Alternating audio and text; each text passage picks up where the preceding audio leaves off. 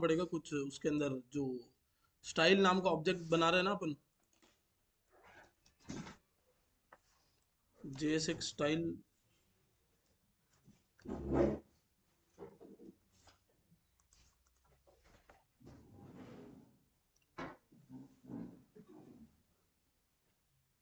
नहीं, ऐसे तो इनलाइन तो ऐसे होवर होता नहीं, होवर तो वो प्रोग्रामेटिकली होगा। इनलाइन में होवर भी नहीं होता है, और नहीं, इनलाइन में तो मतलब इनलाइन में ये सारी चीज़ें नहीं हो सकती है। जो आप बोल रहे हो ना उसको कोई और तरीके से कर सकते हैं हम, लेकिन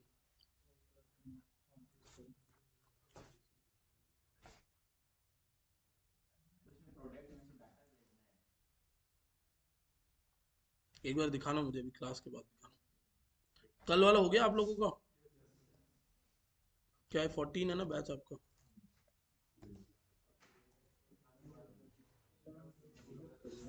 क्या हो, क्लास के बाद दिखा देना, ये करो। क्लास के बाद, क्लास के बाद। तो अभी कल वाला तो आप लोगों ने बना लिया है। वो एक रवि आता था, वो कहाँ गया प्रेम? रवि, रवि आपका फ्रेंड कहाँ है? तो यहाँ क्यों नहीं आ रहा? वो पीजी में रह के क्या फायदा?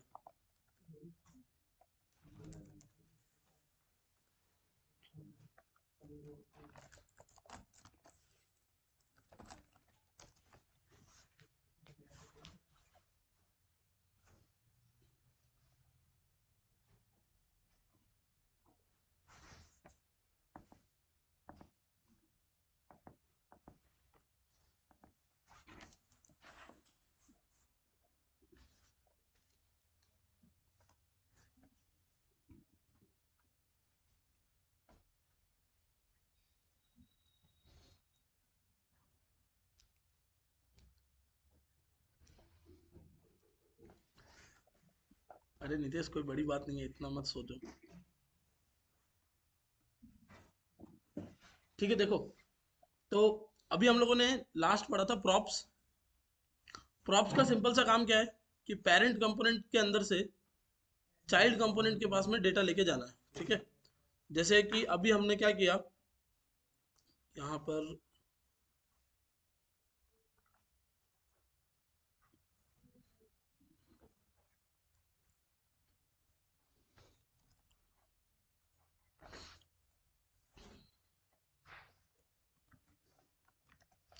ये ऐप कंपोनेंट है और ये आपका पर्सन कंपोनेंट है। ऐप कंपोनेंट जो है वो पेरेंट कंपोनेंट है, नितेश। ठीक है, और जो पर्सन कंपोनेंट है वो कौन है? चाइल्ड कंपोनेंट है। मतलब अगर मैं इसको यहाँ से npm स्टार्ट करता हूँ, तो पेरेंट कंपोनेंट से चाइल्ड कंपोनेंट पे डेटा ले जाने का जो तरीका है वो है आपके प्रॉप्स। ये पेरेंट कंपोनेंट है ऐप, और ये चिल्ड्रन कंपोनेंट है, तीन पर्सन कंपोनेंट्स। इधर से इधर डेटा कौन लेके जाता है? प्रॉप्स। लेकिन क्या हो अगर मुझे पीछे रिवर्स डेटा लेके जाना हो, मतलब कि मुझे child to prop, child to parent data लेके जाना हो, तो उसका रिएक्ट जेएस में कोई भी डायरेक्ट तरीका नहीं है। ठीक है, मतलब प्रॉप्स का काम क्या है? पेरेंट टू चाइल्ड डेटा लेके जाना, लेकिन चाइल्ड टू पेरेंट डेटा ले जाने का रिएक्ट के पास कोई तरीका नहीं है। ठीक है, तो उस केस में आप क्या करोगे? आप इस चीज को फंक्शंस की हेल्प से इंप्लीमेंट करवाओगे। ठीक है, तो एक बार ये बन गया अपना एप्लीकेशन, किया गया। ठीक, यहाँ से कचरा हटा दें और समझते हैं कि मैं क्या बोल रहा हूँ।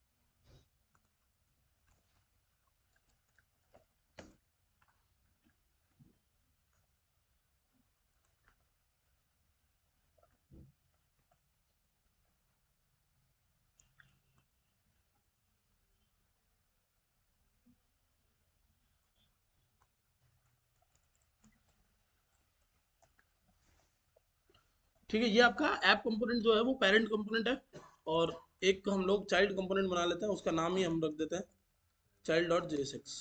ठीक है, ये चाइल्ड कंपोनेंट है। अब करना क्या है हम लोगों को, तो ऐप कंपोनेंट ऐप कंपोनेंट के अंदर यहाँ पर एक H1 और यहाँ हमारा एक कंपोनेंट आ जाएगा चाइल्ड। ठीक है, यहाँ हमने एक स्टेट बना लिया जिसका नाम हमने रख दिया है समझ लो कोई डेटा, और स्टेट को चेंज करने के लिए हमने रख दिया है सेट डेटा। सेट डेटा क्या करेगा, स्टेट को चेंज करने का काम करेगा। ठीक है, डन। अब हम क्या चाह रहे हैं कि जो भी यूजर यहाँ पर एक इनपुट के अंदर टाइप करे, जो भी यूजर यहाँ टाइप करे, वो अपने आप किसके अंदर चले जाना चाहिए, इस स्टेट के अंदर चले जाना चाहिए। मतलब यूजर टाइप कहाँ करेगा, इधर, और चेंज किस में आना चाहिए, इस स्टेट के अंदर चेंज आना चाहिए। तो इस चीज को अभी हम लोगों को इम्प्लीमेंट करवाना है। तो इसको कैसे इम्प्लीमेंट करोगे, तो सबसे पहले आप एक फंक्शन बनाओगे यहाँ पर, वो एक एरो फंक्शन भी हो सकता है जिसका मैंने नाम रख दिया है गेट डेटा। आप नाम कुछ भी रखो, कोई फर्क नहीं पड़ने वाला है। ठीक है, सबसे पहले आपने क्या किया, एक फंक्शन बना लिया जिसका नाम रखा है आपने गेट डेटा। अब गेट डेटा में जो भी आप वैल्यू लेके आओगे, ठीक है, उसी वैल्यू को आप सेट डेटा में डालने वाले हो। मतलब गेट डेटा में जो भी आप वैल्यू लेके आओगे उसको सेट डेटा में डालोगे और आपके स्टेट में वो वैल्यू चली जाएगी। और H1 में मैं इस स्टेट की वैल्यू को प्रिंट करवा दूंगा, यानी जो डेटा नाम का मेरा स्टेट है उसको यहाँ प्रिंट करवा दूंगा। यहाँ तक क्लियर। हम क्या बोल रहे हैं यहाँ पर कि ये डेटा नाम का मेरा एक स्टेट है, सेट डेटा नाम से मेरा क्या है, मॉडिफायर है। सेट डेटा के अंदर जो भी आप मॉडिफाई करोगे वो किस में जाएगा, डेटा में जाएगा। और इस डेटा नाम के स्टेट को आपने यहाँ पर प्रिंट करवा रखा है। तो अभी डेटा में कुछ भी नहीं है, तो खाली दिखा रहा है। अब मैं चाहता हूं कि जब मैं यहां टाइप करूं तो ये जो लिखा हुआ है वो पेरेंट कंपोनेंट के स्टेट में चला जाए। तो पेरेंट कंपोनेंट के स्टेट में जाएगा कैसे, पहले चाइल्ड कंपोनेंट से पेरेंट कंपोनेंट में तो भेजना पड़ेगा। ठीक है, तो पहले तो आपको इस चीज का इलाज करना है। तो आपको यहाँ पर एक प्रॉप बनाना है जिसका मैंने नाम अभी हैंडलर ही रख दिया। ठीक है, और हैंडलर में मैंने गेट डेटा वाला फंक्शन दे दिया है। हमने बोला कि ये गेट डेटा नाम का जो फंक्शन है वो आपका क्या है, हैंडलर है। और चाइल्ड वाले कंपोनेंट के अंदर जाके मैंने यहां पर बोला है कि प्रॉप्स तो आएंगे ही आएंगे। तो जो प्रॉप्स मेरे पास आने वाले हैं उस प्रॉप्स में एक फंक्शन आने वाला है प्रॉप्स डॉट हैंडलर। ठीक है, प्रॉप्स में एक फंक्शन आने वाला है प्रॉप्स डॉट हैंडलर, और हैंडलर के अंदर हमने एक फंक्शन रखा हुआ है गेट डेटा। अब फंक्शन किसका है, पेरेंट का। चाइल्ड कंपोनेंट इस फंक्शन को कॉल करेगा और वैल्यू इसके अंदर डाल के वापस भेज देगा। मतलब एग्जांपल के लिए अगर पेरेंट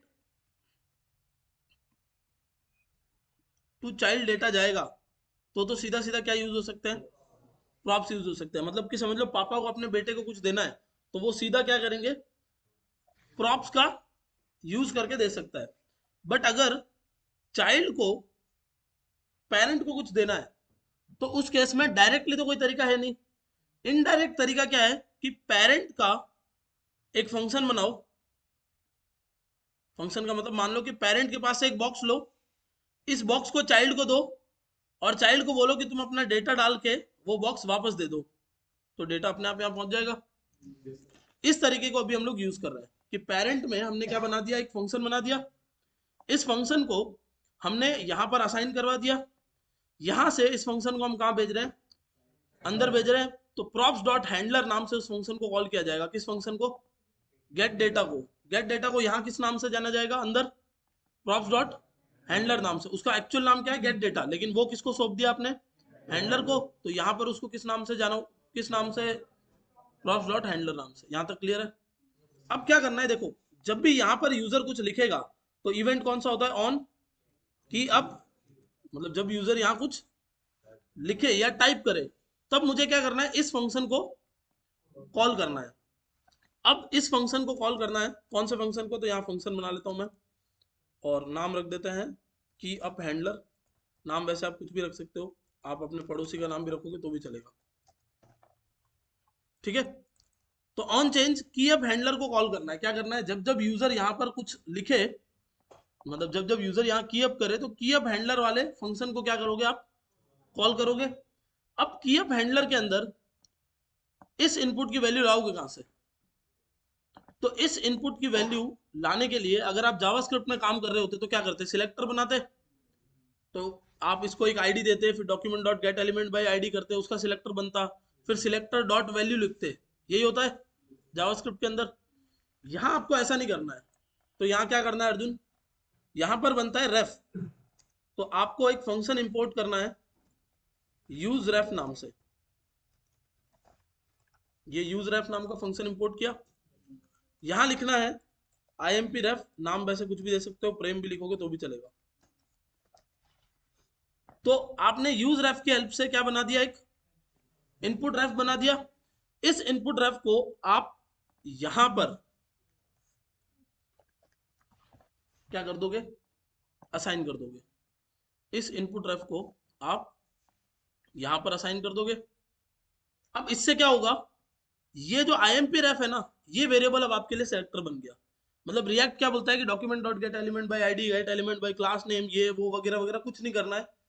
सिंपल सा मेरा यूज रेफ फंक्शन यूज करो, उससे क्या बनाओ, एक वेरिएबल बनाओ, उस वेरिएबल को जहां चाहिए वहां पर अटैच कर दो, सिलेक्टर बन के रेडी है, डन। अब आपको अगर इसकी वैल्यू चाहिए यहां पर, तो आपको लिखना होगा input ref dot current dot value. Input ref currently जिसको टारगेट कर रहा है उसकी क्या निकाल कर दे दो। यहां तक समझ में आया, इनपुट रेफ करंटली जिसको टारगेट कर रहा है उसकी क्या चाहिए, मुझे वैल्यू चाहिए। ठीक है, कोई कंफ्यूजन यहां तक। अब यहां से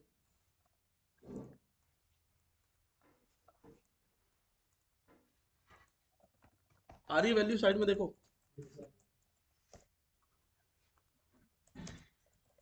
समझ में आ रहा है, आ गई वैल्यू। इस वैल्यू को यहां से पेरेंट कंपोनेंट तक पहुंचाना है। तो पेरेंट कंपोनेंट से एक फंक्शन आया हुआ है हैंडलर नाम से, कुछ नहीं करना, देखना प्रॉप्स डॉट हैंडलर में input ref dot current dot value डाल दो। जो वैल्यू मैं कंसोल लॉग कर रहा था ना, वही मैंने किसको दे दी, हैंडलर को दे दी। यहां से हैंडलर ले जाके किसको दे देगा, गेट डेटा को देगा, तो गेट डेटा के पास आ जाएगा। और गेट डेटा से आप उसको किसके अंदर डाल दोगे, स्टेट के अंदर डाल दोगे। तो यहां पर स्टेट में मॉडिफाई हो गया, पक्का। अब जब भी आप यहां कुछ भी लिखोगे, वो नीचे आता जा रहा है, साथ साथ में बैक स्पेस करोगे तो हटता भी जा रहा है। समझ में आ रहा है क्या हो रहा है।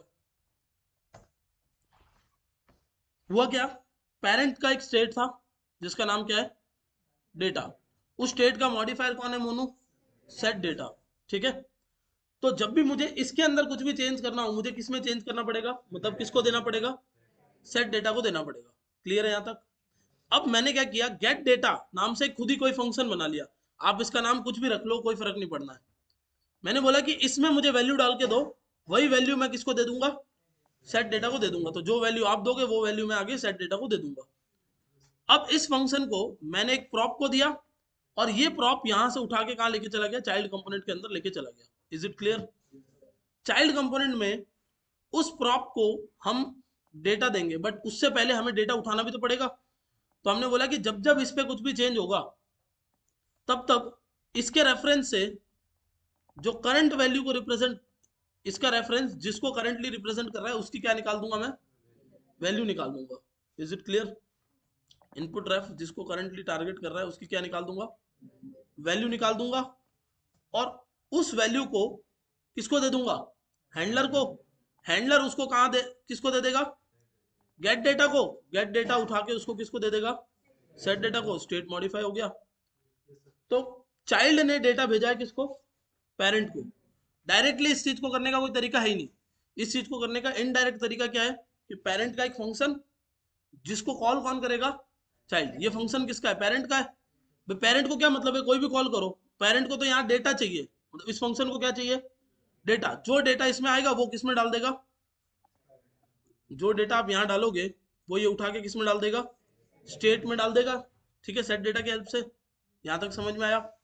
अब आप ये डेटा कहाँ से लाते हो ये उसका कोई हेडेक नहीं है, उसको सिंपली क्या चाहिए, आप यहाँ डेटा दो, ये आगे ले जाके दे देगा। आप ये डेटा कैसे लेके आ रहे हो, तो आपने हैंडलर की मदद से गेट डेटा फंक्शन को बोला कि तुम जाओ किसके पास, चाइल्ड के पास, और वहां से डेटा लेके आओ, यहां पर इसको दो, और ये किसको दे देगा, स्टेट को दे देगा। तो पेरेंट का डेटा चाइल्ड तक पहुंचाने का तो सिंपल सा तरीका है कि प्रॉप लिखो और प्रॉप से चला गया।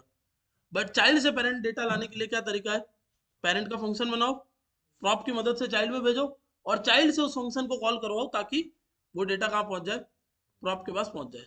समझ में आ रहा है क्या हो रहा है, पक्का राहुल, ठीक है।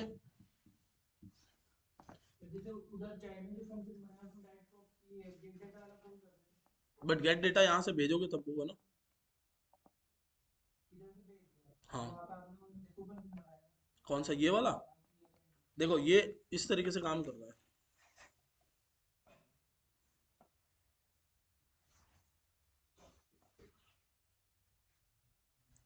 गेट डेटा को वैल्यू चाहिए,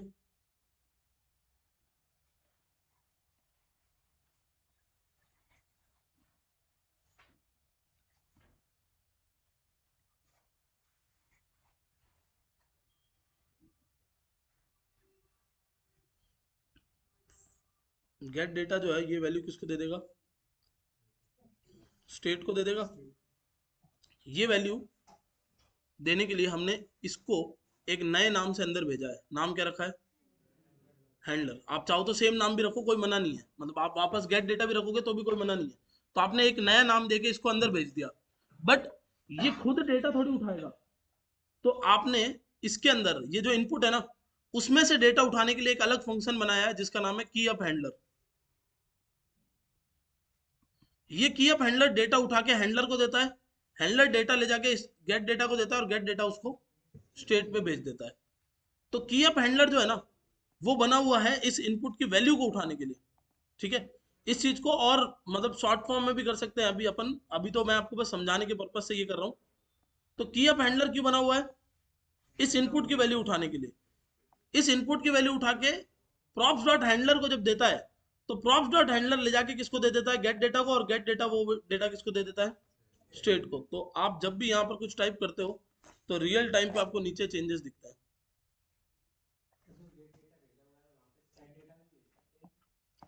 क्या चीज, हाँ हाँ, हाँ भेज सकते हैं, हाँ। ये फ्लो समझ में आया यहाँ तक का। रिएक्ट जेएस में सिर्फ मतलब ये तो अभी हमने स्टेप्स बहुत सारे बनाए हैं, मैं आपको समझाने के लिए मल्टीपल स्टेप्स करवा रहा हूँ कि ये एक अलग फंक्शन बना दिया, ये एक अलग फंक्शन बना दिया। जैसे जैसे आप बड़े हो जाओगे ये स्टेप्स हटा देंगे अपन। अभी आपको फ्लो समझना है बस खाली, कि चाइल्ड टू पेरेंट डेटा भेजने का सिर्फ और सिर्फ एक ही तरीका है रिएक्ट के अंदर, और वो क्या है कि आप पेरेंट का एक फंक्शन बनाओ और चाइल्ड को बोलो कि इसमें डेटा डाल के दो।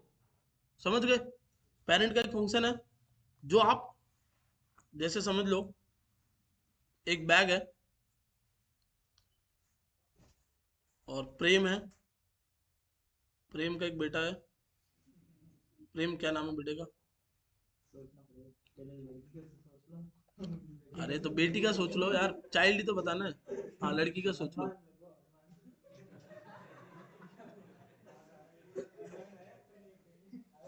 हनुमान आया है, भड़काऊंगा मैं उसको कॉल। ठीक है, तो प्रेम को अगर हनुमान को पैसे देने हैं, मतलब ये पेरेंट है, आपने तो बोला बेटी का नाम हनुमान बता रहा हूँ मैं। ठीक है, और ये है प्रॉप्स, प्रॉप्स को आप एक बैग के जैसे सोचोगे। ठीक है, तो अगर प्रेम को हनुमान को कुछ देना है समझ लो, तो प्रेम क्या करेगा, ये बैग पकड़ेगा, इस बैग में डालेगा, और ये बैग इसको पकड़ा देगा, जिस बैग को हम क्या बोल रहे हैं, प्रॉप्स। ठीक है, बट अगर हनुमान को प्रेम को कुछ भेजना है तब भी यूज क्या होगा, प्रॉप ही होगा। लेकिन कैसे होगा, पहले प्रेम अपना बैग खाली इधर भेजेगा, फिर हनुमान उस बैग में चीजें डालेगा और वापस क्या करेगा, प्रेम को भेज देगा। ठीक है, मतलब बैग किसका यूज होगा, पेरेंट का ही यूज होगा। पेरेंट को खुद को डेटा भेजना है तो पेरेंट ने बैग में पैसे डाले और भेज दिए, ठीक है। लेकिन अगर चाइल्ड को पेरेंट को भेजना है तो चाइल्ड पहले क्या करेगा, पेरेंट से ही बैग मांगेगा और फिर वापस उस बैग को भर के दे देगा। सेम चीज है, चाइल्ड ने ये जो हैंडलर है वो किससे मांगा है, पेरेंट से ही तो मांगा है। हैंडलर में पेरेंट ने अपना एक फंक्शन दिया है, बोला कि लो इसमें डेटा डाल के दे दो। तो हैंडलर पेरेंट का ही फंक्शन है जिसमें चाइल्ड सिर्फ क्या कर रहा है, डेटा डाल के दे रहा है। पेरेंट का अपना उसमें कुछ भी नहीं है, सॉरी चाइल्ड का अपना उसमें कुछ भी नहीं है। चाइल्ड तो बस क्या कर रहा है, उसमें डेटा भर के पीछे पकड़ा दे रहा है। जैसे पेरेंट का बैग हनुमान के पास गया, मतलब प्रेम का बैग हनुमान के पास गया और हनुमान ने उसमें सामान डाल के वापस दे दिया। समझ में आ रहा है? तो हमेशा पेरेंट का ही जो कंटेनर है वो यूज होगा, चाहे चाइल्ड को भी डेटा क्यों ना भेजना हो। पेरेंट का कंटेनर मतलब ये प्रॉप किसका कंटेनर है, पेरेंट का ही तो कंटेनर है।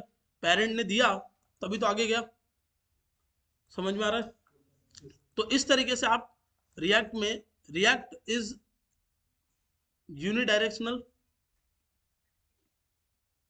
यूनिडायरेक्शनल का मतलब होता है सिंगल डायरेक्शन में डेटा मूव करता है,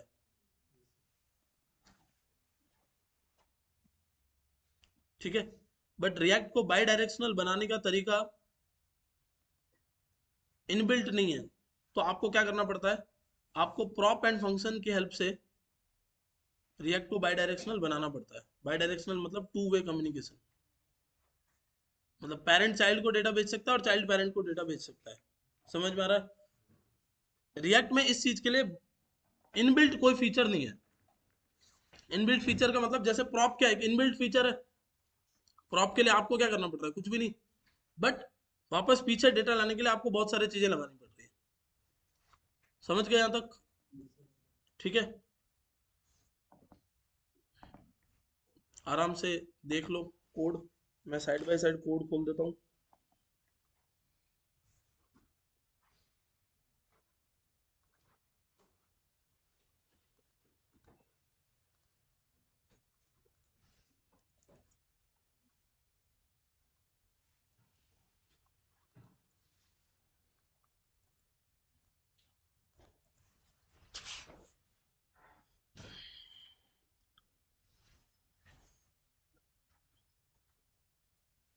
नींद तो नहीं आ रही प्रेम?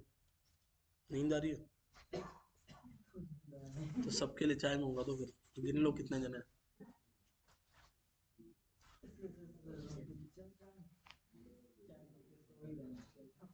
ये आ गया फ्लो समझ में? आप लोग पीछे समझ में आ गया? चले नेक्स्ट। चलो, तो अब इसी चीज की हेल्प से हम एक टू डू लिस्ट एप्लीकेशन बनाएंगे, जो आप लोग पहले भी जावास्क्रिप्ट में बना चुके हो। प्रशांत कहाँ है आज? हैं?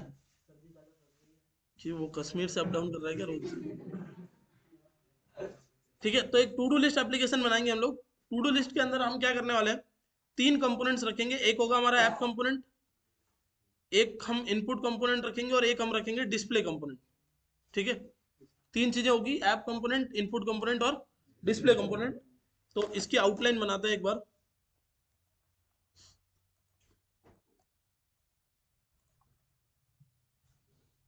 ये रखना है कि डिलीट कर दूं? हम्म, नहीं डिलीट भी कर दूंगा तो आपके पास तो वैसे आएगा नहीं। ये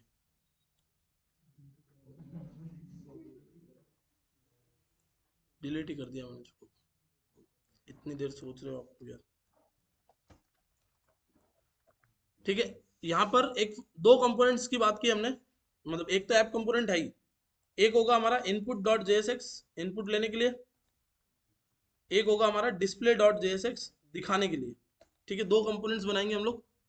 कंपोनेंट बनाने का शॉर्टकट क्या है, तो एक एक्सटेंशन इंस्टॉल कर लेना, आ गया, जिसका नाम होगा रिएक्ट,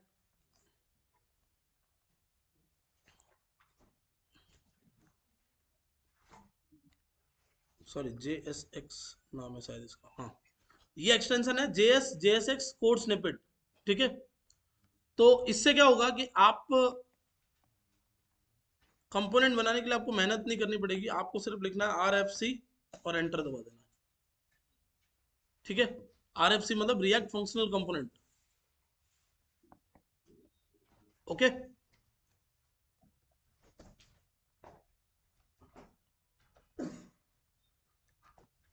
ऐसे बहुत सारे शॉर्टकट है।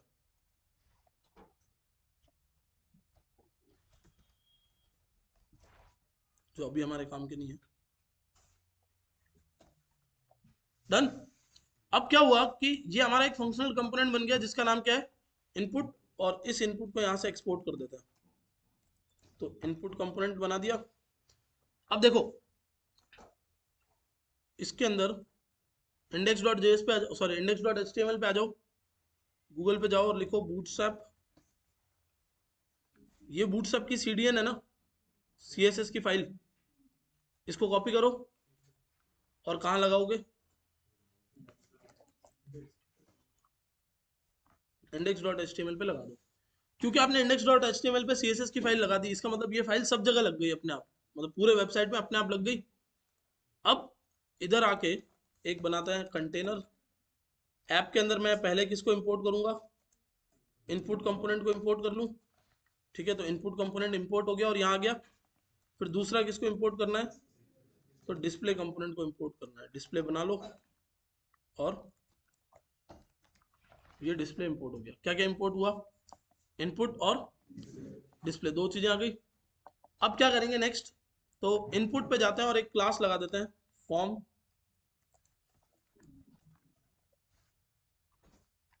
कंट्रोल। सही स्पेलिंग लिखिए, ये आ गया। एक छोटा सा काम और कर लेते हैं, इधर एक डिव बनाते हैं। डिव में लिखते हैं मार्जिन बाय एक्सिस पे, और एक बना देते हैं इधर बटन जिस पे लिखेंगे ऐड। टू डू लिस्ट बना रहे हो ना आप, इधर कुछ लिख के ऐड पे दबाओगे तो क्या करना है आपको, ऐड करना है। ओके, क्या हुआ, और इसको दो हिस्सों में बांट लो, रो।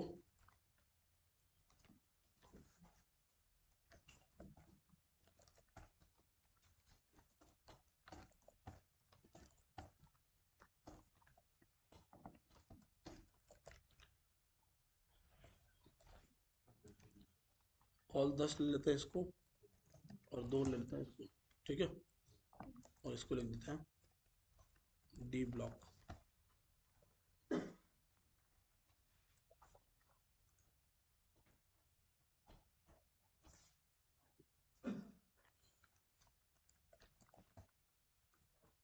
यही होता है ना डब्लू फुल। क्या हुआ, नहीं टेलविंड नहीं, तो इसमें विड्थ 100% कैसे लगती है, क्या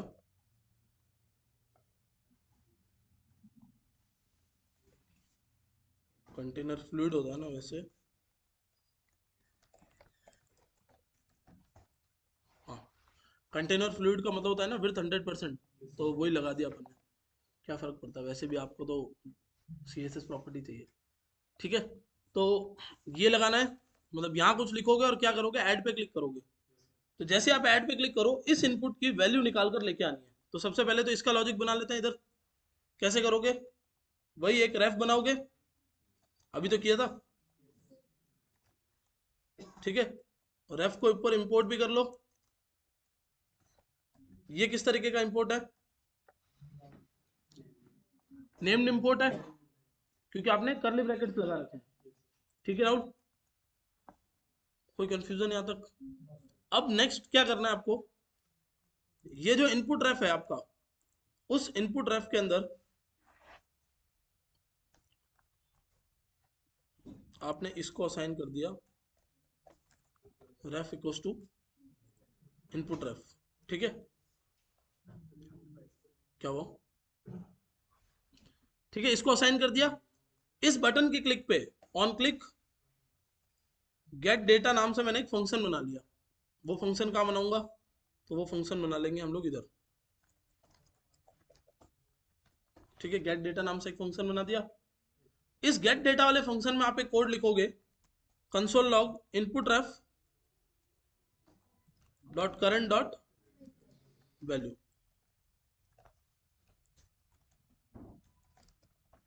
ठीक है, डन। तो जो भी हम यहाँ लिखेंगे ब्रिजमोहन, वो कहाँ जाएगा, कंसोल में आ रहा है?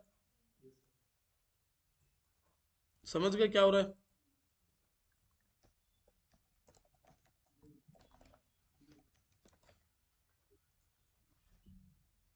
ठीक है, तो पहला स्टेप कंप्लीट, इनपुट में से डेटा निकाल लिया। अब दूसरा स्टेप क्या है, तो डिस्प्ले में हमें डेटा डालना है। तो देखो करोगे क्या आप, constant items set item you state और एक एम्प्टी एरे बनाओगे। ठीक है, क्या बनाओगे? एक एम्प्टी एरे। एम्प्टी एरे का मतलब है कि अभी इसमें कोई भी आइटम नहीं है मेरे पास में। ये जो मेरे आइटम्स हैं उनको मैं आइटम्स नाम से ही आगे भेज दूंगा। प्रॉप का नाम और स्टेट का नाम सेम होता है, कोई फर्क नहीं पड़ता है। मतलब जिस नाम से आपने प्रॉप भेज रहे हो उसी नाम से स्टेट है, कोई फर्क नहीं पड़ेगा उससे। ठीक है, आप अंदर चले जाओ, तो यहां आपके पास क्या आ जाएंगे, प्रॉप्स। अब देखना, यहां पर आप क्या बना रहे हो, एक एरे बना रहे हो। तो आपने बोल दिया टास्क 1,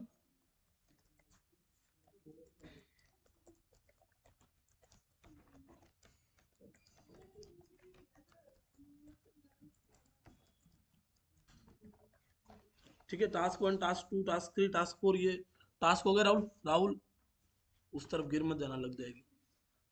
ठीक है, तो ये टास्क 1 2 3 4 ये टास्क हो गए। अब ये आपका क्या है, एक एरे है। ठीक है, कल हमने लिस्ट रेंडरिंग पढ़ा था, उसमें क्या होता है, एरे को ही तो घुमाते हो आप। तो अब ये एरे मैंने यहां से कहां भेज दिया, अंदर, इसके अंदर भेज दिया। यहां पर मैंने एक यूएल टैग बनाया और यहां करली ब्रैकेट लगा के आप क्या लिखोगे, प्रॉप्स डॉट आइटम्स, ये आपके आइटम्स है ना, प्रॉप्स डॉट आइटम्स। प्रॉप्स में जो आइटम्स आए हैं वो क्या है, एक एरे है। ठीक है, प्रॉप्स में जो आइटम आए हैं वो क्या है, एक एरे है। तो हमने उसको लूप में घुमाने के लिए क्या लिखना है, डॉट मैप। ठीक है, इससे क्या होगा, मेरे पास एक एक एक एक आइटम आता जाएगा और उसकी क्या आती जाएगी, इंडेक्स आती जाएगी। Is it clear? एक एक आइटम आएगा और उसकी इंडेक्स आती जाएगी।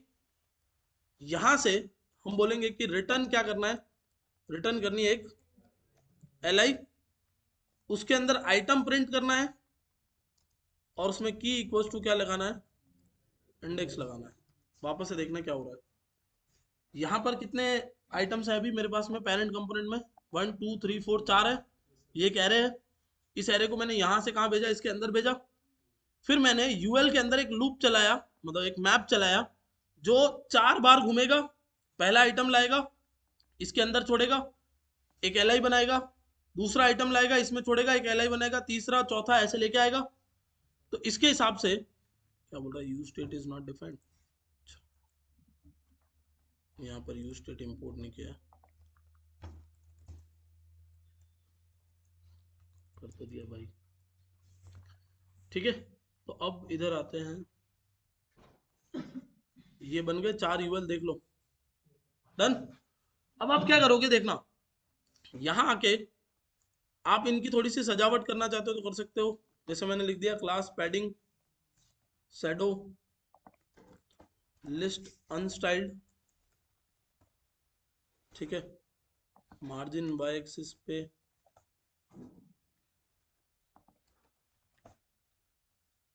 सही है यहाँ तक, और राउंडेड, ये 4 दिख रहे हैं अभी। अब हम चाहते हैं कि हम यहाँ कुछ लिखें और क्या करें, ऐड पे क्लिक करें। तो आप लोगों को स्प्रेड ऑपरेटर और रेस्ट ऑपरेटर पढ़ाया था, आप लोगों को पढ़ाया था ना, उन्होंने, निखिल सर ने पढ़ाया था ना। कोई बात नहीं, नहीं पढ़ाया तो मैं वापस बता रहा हूँ। देखो, मान लो कि आपके पास एक एरे है और उस एरे के अंदर कुछ लोगों के नाम लिखे हुए हैं। जैसे पवन का नाम है,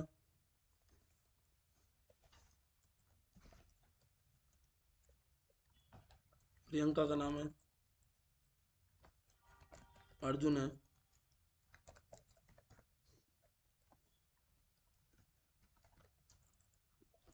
और लेना है अर्जुन किसी को। ठीक है, ये 4 5 जनों के नाम है इधर। अब क्या करेंगे हम लोग, इसी चीज को हमें एरे 2 के अंदर डालना है, मतलब ये सारे नाम तो चाहिए ही चाहिए मुझे एरे 2 में, लेकिन एक नाम और डालना है मुझे। तो मैं एक एरे बनाऊंगा, एक और नाम डालूंगा, जैसे मैंने प्रेम का नाम डाल दिया, ठीक है, ये मेरा डेटा आ गया। अब मैं कॉमा लगा के उस एरे को यहाँ स्प्रेड कर दूंगा 3 बार डॉट लगा के। This is called spread operator. Spread का मतलब होता है फैलाना, ठीक है। तो आपने क्या किया, ये एरे पूरा पूरा क्या यहाँ पर फैला दिया और साथ में क्या जोड़ दिया, प्रेम। तो जब आप फाइनली कंसोल डॉट लॉग करोगे एरे 2 को, तो आपके पास प्रेम के बाद में ये सारा डेटा भी रहेगा। यहां तक समझ में आया? पक्का? This is called spread operator. Spread operator क्या करता है, फैलाने का काम करता है। अभी हमने कहा फैलाया, पीछे फैलाया। हम ये चाहते तो हम आगे भी फैला सकते थे। अब क्या होगा अर्जुन,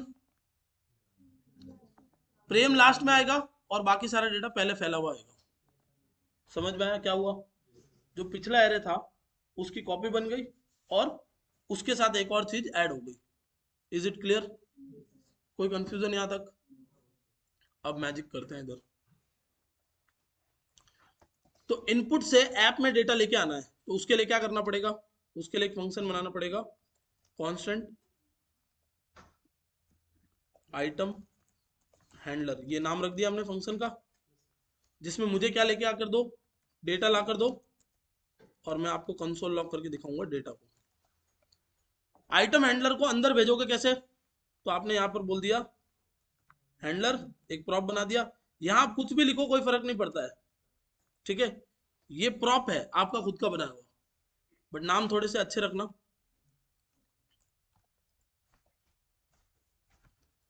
हैंडलर, आइटम हैंडलर, इसको हमने, इस फंक्शन को हमने कहां भेज दिया, इसके अंदर भेज दिया। अब क्या करेंगे हम लोग, प्रॉप्स, और इसको कॉल करने के लिए हम लिखेंगे प्रॉप्स डॉट हैंडलर। जो डेटा मैं कंसोल में लॉग करवा रहा था, अब मैं वो कंसोल में लॉग ना करवा के किसको दूंगा, प्रॉप्स डॉट हैंडलर को दूंगा।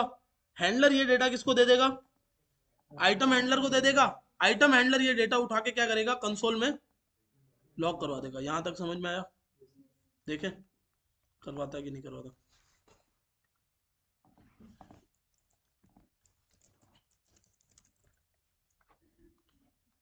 करवा रहा है? समझ में आ रहा है क्या हो रहा है?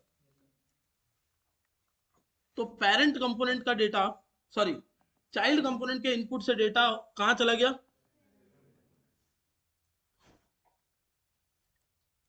पेरेंट कंपोनेंट पे चला गया।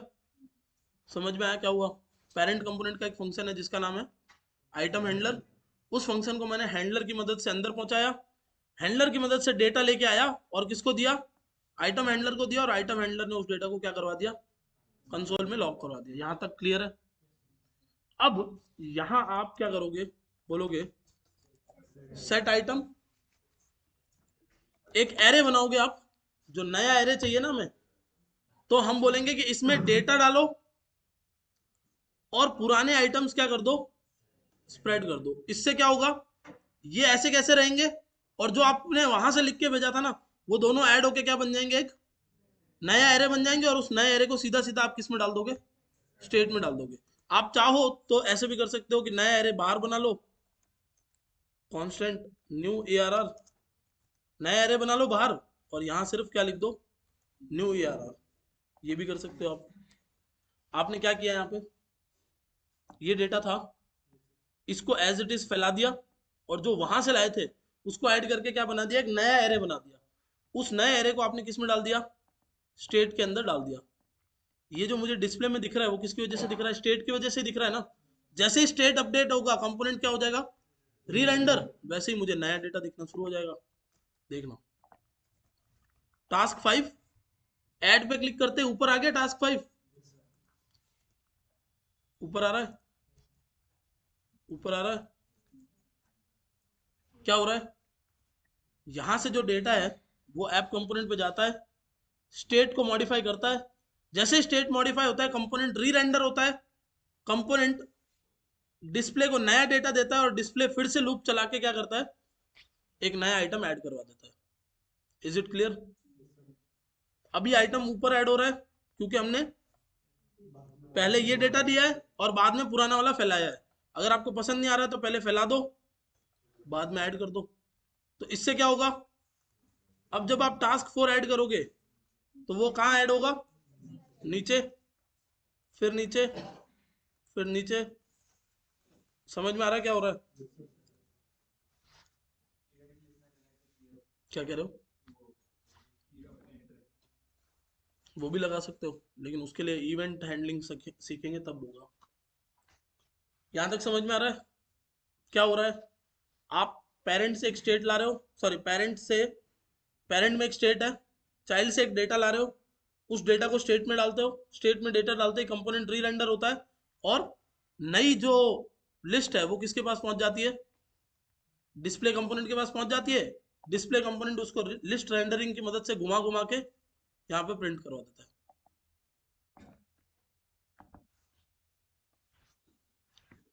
सिंपल है, ठीक है। रिएक्ट में आपको सिर्फ और सिर्फ किसके साथ खेलना है, स्टेट के साथ खेलना है। स्टेट को मॉडिफाई करोगे अपने आप सब कुछ चेंज होता जाएगा।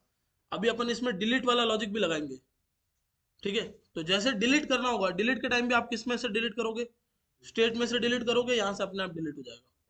कुछ भी करना है वो किसके साथ करना है, स्टेट के साथ। स्टेट अपने आप कंपोनेंट पे रिफ्रेश करवा देगा। ये फ्लो देख लो, हमने क्या किया, इधर इनपुट से डेटा लिया, किसको दिया, स्टेट को। ऐप से डेटा लिया, किसको दिया, डिस्प्ले को। ये दोनों एक तरीके से डम कंपोनेंट्स हैं।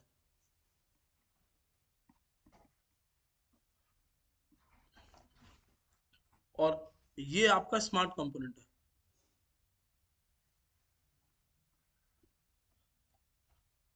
ठीक है, ये स्मार्ट क्यों है, क्योंकि ये स्टेट मैनेज कर रहा है। ये डम क्यों है, क्योंकि ये सिर्फ डेटा दिखाने और भेजने का काम करता है। ठीक है, तो हमेशा डेटा मैनेज पेरेंट में हो रहा है, मतलब मोस्टली केसेस में डेटा मैनेज कहाँ होगा, पेरेंट में। चिल्ड्रन कंपोनेंट उस स्टेट को या तो यूज करेंगे या मॉडिफाई करेंगे। ठीक है, वो हमारे नीड पे डिपेंड करता है, जैसे जैसे हमें जरूरत पड़ेगी वैसे वैसे हम और चेंजेस भी लाएंगे। अभी ये यहाँ तक समझ में आया, पक्का लॉक कर दे। तो ये कल आपको इतना बना के लेके आना है, अगर नहीं बने तो कल छुट्टी रख लेना, लेकिन आओ तब बना के लेके आना। ठीक है, हो जाएगा। नहीं नहीं, पूछ नहीं रहा था।